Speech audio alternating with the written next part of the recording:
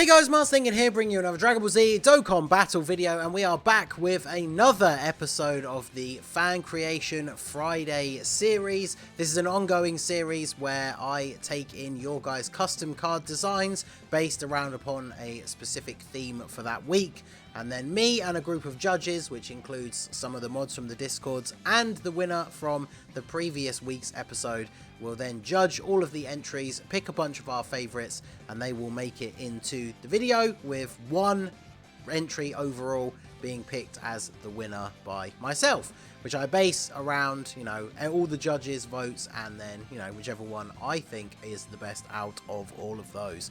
So this week, we finally have the Dragon Ball Heroes episode. This is a theme that a lot of people were requesting, but obviously wanted to save this episode until closer to the time that the Heroes stuff was going to come out. We had a lot of interesting entries, a lot of characters that are directly from Heroes, a lot of stuff that I don't think has been in Heroes yet, but is directly inspired by the kind of Heroes spirit of seeing forms and fusions that we never got to see in the main series. So there was a lot of interesting entries. I say this in every single episode. Obviously not all the entries can make it in. They were all good. I didn't read any that I immediately thought were bad or anything like that, so don't be disappointed if your entry doesn't make it into the video.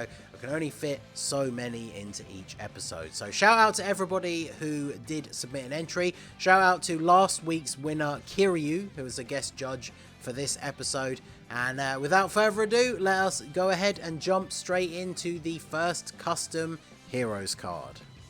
Okay, so first up we have the entry from Babby Bunny, and they have created a Super Saiyan Gohan unit, which is a super tech. So Gohan is the fan community name, I guess, because I don't think there's ever been an official representation in a game or a card game or something. Maybe there has, I don't know off the top of my head, but Gokan is the fusion of Goku and Gohan. The idea obviously is if Gohan had actually caught the Potara earring in the Buu saga, this is what they would have fused into. Obviously that's not what happened in the show, so we never got to see this fusion. So it has been a fan-created one in the community for quite a while. So definitely fits in with Heroes, especially considering we already have the Vegeks card in the game. So Super Tech, the leader skill is Goku Family and Time Limit, HP, Attack and Defense 170. Makes sense for Time Limit because obviously even though the initial time this fusion would have happened, which is the Buu saga, and none of the Buu saga Vegetos are on Time Limit because of the way they changed the Potara rules, we know that the Heroes Potara units are on Time Limit, so this does make perfect sense.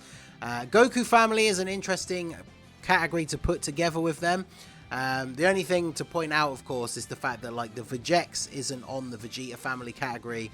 The Barlot we have in the game isn't on Goku family. So technically, if this card existed in the game, like if they actually made it, I don't think they would put them on Goku family.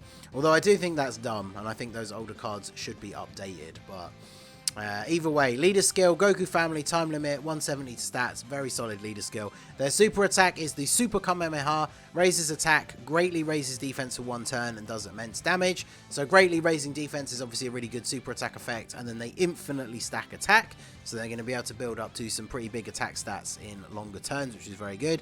And then their passive is the Father-Son Fusion Debut, Ki +3, attack and defense 150, reduce damage received by 40%, and Goku Family allies Ki 3, attack and defense 30% when there is a Goku Family ally attacking in the same turn. So you have to have a Goku Family unit in the same turn for him to become a support unit, as well as having 40% damage reduction, which is really good. Counters normal attacks with tremendous power, high chance to perform a critical with 1 rainbow key sphere obtained, and then an additional attack 50 when they're, I'm assuming 50%, when there is a Potara ally on the team. So as long as they're on the team, that's perfectly fine, and obviously with Time Limit as their category, you could definitely put some interesting units on there, considering the various Dragon Ball Super Potara units that are on Time Limit. So that's definitely an interesting one.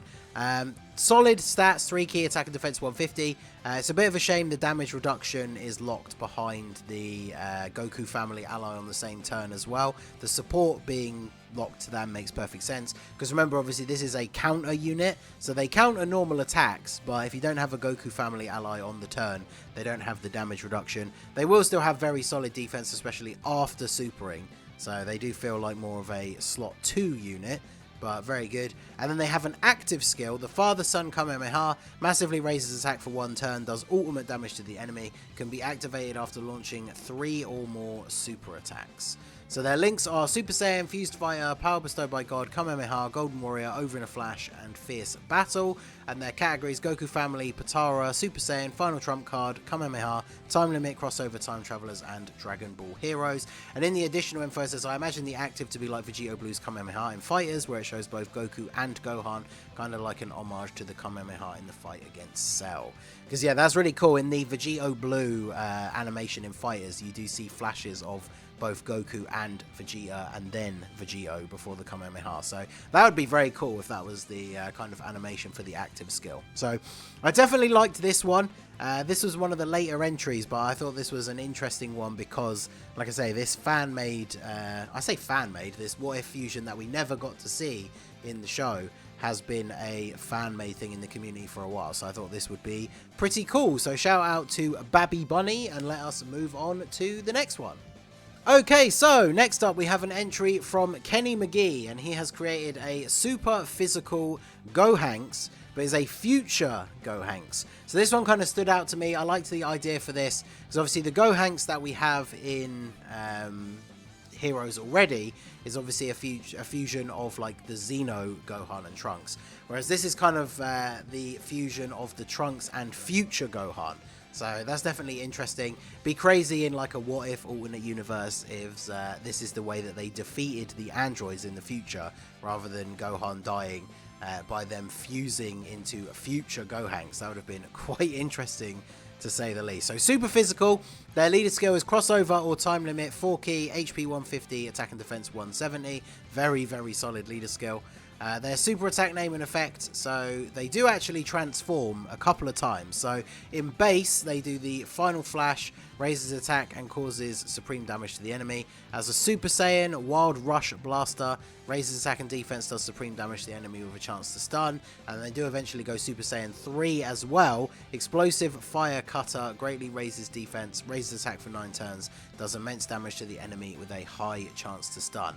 So in base, they literally just have a straight up attack and defense 120%, transforms when conditions are met, which is after 3 turns. So pretty basic passive, considering you do have to go through the first couple of turns with them in this state, only having attack and defense 120. They are raising attack on their super, an infinite raise, so they're not going to be super crazy in the first couple of turns. But then they become a Super Saiyan, so turn 3, their passive then becomes Key 3, attack and defense 140, reduce damage received by 50% when HP is at 80% or below, launches an additional attack that has a high chance of becoming a super attack, and transforms when conditions are met. So straight away their Super Saiyan passive is way better than the base form one. Honestly, I would rather, if their base form was going to stay this basic, I think they should probably transform straight away on the next turn, kind of like the tech transforming Trunks and Zamasu. I think that's probably the best way to do that if their base passive is so basic, because straight away they get like some huge buffs here. And then on the following turn, after becoming a Super Saiyan, they can then transform into Super Saiyan 3, and they get Key +6, attack and defense 180, reduces damage received by 15% for each attack received up to 75%, launches an additional super attack for each Hybrid Saiyans, Dragon Ball Heroes or Fusion category ally on the team, up to 3 additional super attacks. So if you max that out, they get 3 additional supers guaranteed every turn, which is pretty insane, and then performs a critical hit when a crossover ally is attacking in the same turn. So considering the Gohanks that we have in the game is getting an awakening to Super Saiyan 3, that would be the perfect rotation partner for him, and then they would be absolutely crazy with this passive maxed out. These guys would be absolutely nuts. So very, very powerful. Their links: Saiyan Warrior Race, Saiyan Lineage, Feast Fire, Cold Judgment, Brainiac, Shocking Speed, Fierce Battle. They're on Crossover, Dragon Ball Heroes, Transformation Boost, Super Saiyan 3, Fusion, Hybrid Saiyans, and Time Limit. So when they turn into Super Saiyan, Saiyan Warrior Race changes to Super Saiyan, Saiyan Lineage changes to Golden Warrior, and then when he goes Super Saiyan 3, Cold Judgment and Brainiacs turn into Over in a Flash. It says Cold Judgment, Brainiacs turn into Over in a Flash, and Golden Warrior changes into Limit Breaking form. So another interesting what if fusion. I thought this one was pretty cool. Very powerful once transformed, but a little bit too basic right at the beginning. But definitely an interesting design, and it's a fusion, another fusion that we haven't got to see, which would definitely be quite interesting. So shout out to Kenny McGee, and let us move on to the next one. Okay, so next up we have the entry from Fred1991, and he has created a Goku Black, Rose, and Super Baby 2. So join forces card Baby and Rose together. They are Extreme Tech. Yo, gotta have an Extreme Tech unit every single video, of course. Their leader skill is Crossover or Time Travelers. 3 key, HP 130, attack and defense 170. Because although most of them are, not every single crossover character is on Time Travelers. So decent way to shore up that team. Obviously Heroes doesn't really need to be in the mix because it's all included in crossover. So this would be a very strong team. Obviously Time Travelers finally having a full 170 across the board lead would be very, very good. Their super attack name and effect is the Revenge Kamehameha, raises attack and defense for 1 turn and does immense damage to the enemy. And yes, this is also another fusing card, another what if fusion. So these guys will eventually fuse into a Super Saiyan Rose Vegito. Because obviously Goku Black is Goku's body and Super Baby 2 is Vegeta's body. So if they were to fuse, they would fuse into Vegito or Gogeta, depending on the method of their fusion, obviously. So this is a fan-made fusion that I've seen before in the community, which I thought was pretty cool. And I did like that somebody made a card for this. So when he becomes the Rose Vegito, he does the Blinding Black Final Flash. Greatly raises attack and defense for 1 turn, does immense damage to the enemy. So the passive, when it's just Rose and Baby, is Key +2, attack and defense 120. Chance to crit 30% for 5 turns from the first appearance. Key +1 per crossover category ally on the team. High chance of launching up to 2 additional attacks that have a medium chance to become a super. So built-in additional super attack chance, obviously very good with the raising attack and defense. And then they can active skill fusion into the Rose Vegito by performing the Potara fusion when facing a crossover enemy or from the 5th turn from the start of the battle. So this ties in nicely with them getting 30% chance to crit for 5 turns. Basically that runs out at the time you can then choose to fuse. You can still not if you don't want to, but obviously this crit part will have run out at that point. So you use the active skill, they fuse into Rose Vegito, and then the passive is Key +2, attack and defense 130, greatly lowers attack and defense of the enemy for once only, so for that turn. Attack and defense 95% when performing a super. An interesting choice of number. I don't know if there is any relevance to that to do with Rose and Baby. I don't know why it's not just 100%. But when performing a super, high chance of performing a crit. Counters normal attacks with tremendous power. Key 1, attack and defense 25% per time traveler or crossover ally on the turn, and then attacks effective against all types when the enemy is in attack down or defense down status. So if you can get into an event with a crossover enemy, I don't know off the top of my head, I'd have to check the whole list, but if there's a Super Battle Road stage with a crossover enemy so you can transform on turn 1, this Rose Vegito would be absolutely ridiculous in Super Battle Road because you're getting that nerf of the enemy for the first turn. He's got built-in 50% chance to crit. He counters normal attacks, and then obviously if you have crossover allies on the rotation, he gets more of a buff. And in that first turn where you've lowered the enemy's attack and defense, he's also having attacks effective against all types. So when you combine them all together, like even his counters are effective against all types and have a high chance to crit. So pretty crazy once he gets to that stage. Or turn 5, it's not the worst for longer form events, so definitely very good. The links: Fused Fighter, Kamehameha, Big Bad Bosses, Fear and Faith, First for Conquest, Cold Judgment, and Fierce Battle. Their categories are Joined Forces, Crossover, Realm of Gods, Potara, Transformation Boost, Corroded Body and Mind, Final Trump Card, and Target Goku. So definitely another very interesting card. I would quite like to see this version of them in the game. Obviously only really possible in Heroes due to the crossover of Super and GT, but I really like it. So shout out to Fred1991. This is the last what if fusion, I promise, so let us go on to the next one. Okay, so these last two were both picked by multiple judges, including the guest judge for this episode, Kiryu, last week's previous winner.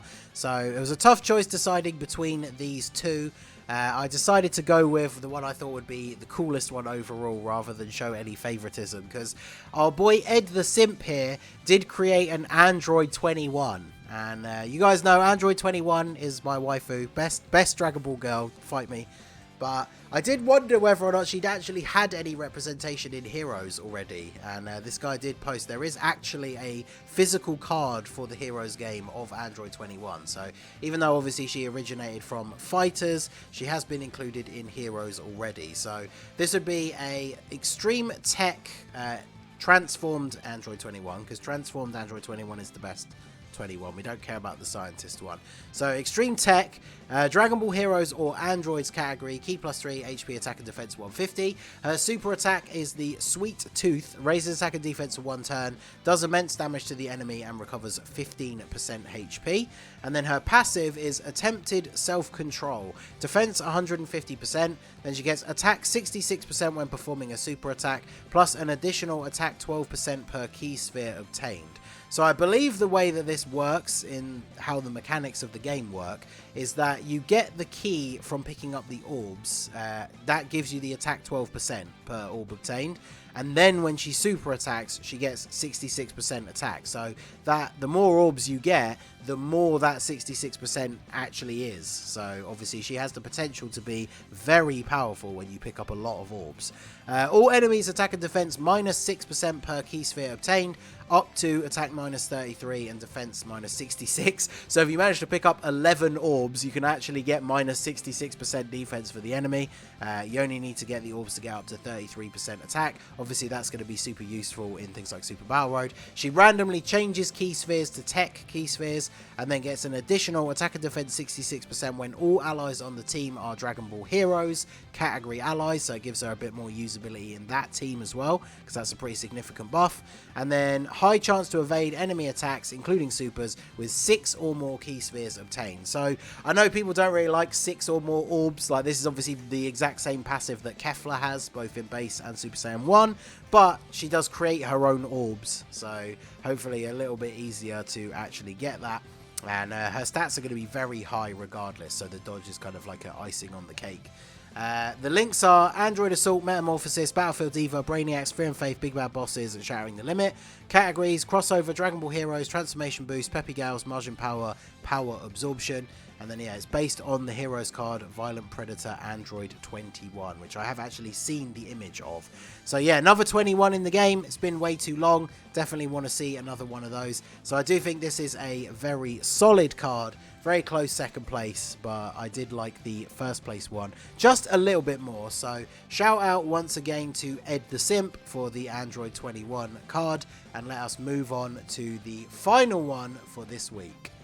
Okay, so last but obviously not least, we have the winning entry for this week, and this comes to us from Patrick Starr. This one was picked by myself and 2 of the other judges. So this is a plan to eliminate the gods Hearts, who transforms into Ultimate God Slayer Hearts. So he's obviously the big bad guy of one of the main arcs of Dragon Ball Heroes. If I had to guess, I would imagine that we are probably getting a Hearts card with the new Heroes, if they don't go down the route of like God Trunks and the that sort of arc, because we're still missing the core area warriors, that whole arc from Hearts, Eye Patch Zamasu, Kumba, those guys together. Like, we still haven't seen that in Dokkan, so I definitely could see a Hearts coming to Dokkan very soon. So he is an extreme physical unit. His leader skill is Time Travelers or Transformation Boost, Key 3, Attack and Defense 170 across the board. So again, a Time Travelers lead, finally 170. Transformation Boost as a combo is a pretty insane combination, because obviously so many units are on this category, including like all of the transforming Saiyans and everything. So this team would be very, very powerful. His super attack, so as Hearts, he does the Gravity Cage, infinitely raises defense, raises attack for 1 turn and does immense damage to the enemy. And then the Ultimate Hearts does the God Meteor, greatly raises defense, raises attack for 1 turn, does immense damage to the enemy and lowers attack. So his passive as Hearts is the Universal Conflict, Key +2, attack and defense 120%. Then he gets an additional attack and defense 10% each turn up to 50%, and Key +1 up to Key +5. So eventually you'll get 5 extra ki, 50% extra attack and defense. Perform up to 2 additional attacks, each of which has a medium chance to become a super. Critical hit chance 5% per attack received up to 40%. An additional attack and defense 30% when facing a Realm of Gods category enemy. If the enemy is immune to attack or defense lowering, gain an additional 50% defense. If the enemy is immune to stun or sealing, gain an additional attack 20% and medium chance to evade enemy attacks, including super attacks. So this card is really well designed in a sense that it's kind of like the physical Angel Freezer, where he has 2 modes which arguably are good for very different game modes. So if we go down here, the active skill transformation to transform into the Godslayer Hearts is literally, the condition is upon entering the attacking turn. So if you want to, you can choose him to transform him straight away. So the base form is obviously designed more for longer events. You build up your stats with each turn that passes, and in those longer events, like the GT Goku event or the upcoming Vegeta event for Global, you know, you can't seal, stun, lower attack, all of those kind of things. So the unit gets a bunch of extra buffs to compensate for the fact that you can't do that. But then, if we switch over to something like, say, Super Battle Road, you can transform on turn 1, and then the Ultimate Hearts, his passive is the Universe Seeds Full Power. Ki +3, attack and defense 150. He gets an additional attack and defense 10% per enemy, up to 50%. Reduces damage received by 40% when facing 2 or more enemies. Ki +1 per attack performed or per enemy, up to Ki +5. Perform an additional attack which has a high chance to be a super attack. Lower the attacked enemy's attack and defense by 30% for 2 turns. Critical hit chance 10% per attack performed, up to 50%. Gain additional damage reduction 10% if the enemy is in the attack down or defense down status. High chance to evade enemy attacks if the enemy is in the stun or seal status effect. So these mirror the last part of the untransformed passive, and this is why they work so well in the different modes, because if you can hit those status effects on the enemy, you get a bunch of extra buffs. You obviously get buffs when there are more enemies, so this is clearly very designed around Super Battle Road. But if you're in an event where you can't do all of those things, then the base form is getting a bunch of bonuses because you can't use those other abilities. And remember, both forms do immense damage. They both stack defense. The transformed one stacks defense faster, which makes sense because Super Battle Road is usually a shorter event. You only get a couple of turns. So overall, I really, really like the way this is designed, so that it can be very good in both kinds of difficult content that we have in the game at the moment. So the links are Experienced Fighter, Shocking Speed, Nightmare, Big Bad Bosses, Infighter, Brutal Beatdown and Fierce Battle, and the Ultimate Hearts has the same links. Categories are Crossover, Dragon Ball Heroes, Transformation Boost, Full Power, Inhuman Deeds, Time Travelers, Final Trump Card, Battle of Wits, and Accelerated Battle. So overall, I think this card is really, really good. Obviously, the active skill transformation, a couple of people did make Hearts units. This guy didn't mention it in his description, but somebody else did. The fact that in Heroes, Hearts does have the same voice actor as Dio from JoJo. So if we ever got a Hearts that actually had an active skill, then we would have Dio voice in Dokkan, which would be pretty awesome. So overall, I thought this card was very, very well designed, very powerful. Also, you get a bonus point for not just making it Extreme Tech. Like, Extreme Tech needs the help, I get it, but almost every single Extreme unit that gets submitted to this series is Extreme Tech. So we always have to have one in the video, but I like the fact that this one was not an Extreme Tech, even though, ironically, this would be the perfect card to actually have on Extreme Tech because it'd be so good in Super Battle Road. So all in all, I thought that was well designed and quite entertaining. So shout out to Patrick Starr for the winning entry for this week. You'll get to be the guest judge for next week. Now, the theme of that is not yet decided, so as always, if you want to be a part of this series, I do decide on a theme and then post the form that you can fill in that you see here on the video. That gets posted in the Discord only, in the Fan Creations channel. So if you want to be part of this series going forward and submit custom cards for us to review and potentially make it into a future episode, you have to be a member of the Discord, and the link is available down below in the description. Other than that, that's it. All you have to do, and you can enter into the next event if you do go ahead and join. So shout out to everybody who submitted their cards. Like I said at the beginning, and I say every week, they can't all make it into the video, but I thought there were some great designs. Obviously, with Heroes, there's a big wide spectrum of characters that you can choose from. So there was a lot of interesting entries this week, so I do appreciate everybody who submitted a card. Shout out to the judges that helped me with this week, as well as Kiryu, the previous winner from last week. And yeah, that is going to be it for this episode of Fan Creation Friday. So join the Discord if you're interested in being in a future episode. Shout out to everybody who was involved. And that is going to be it for this one. So this has been the Masked Ningen. Smash that like button, subscribe to the channel if you are new. Check out the links down below for the Discord and the merch store. And I will see you all again soon. Have a good one.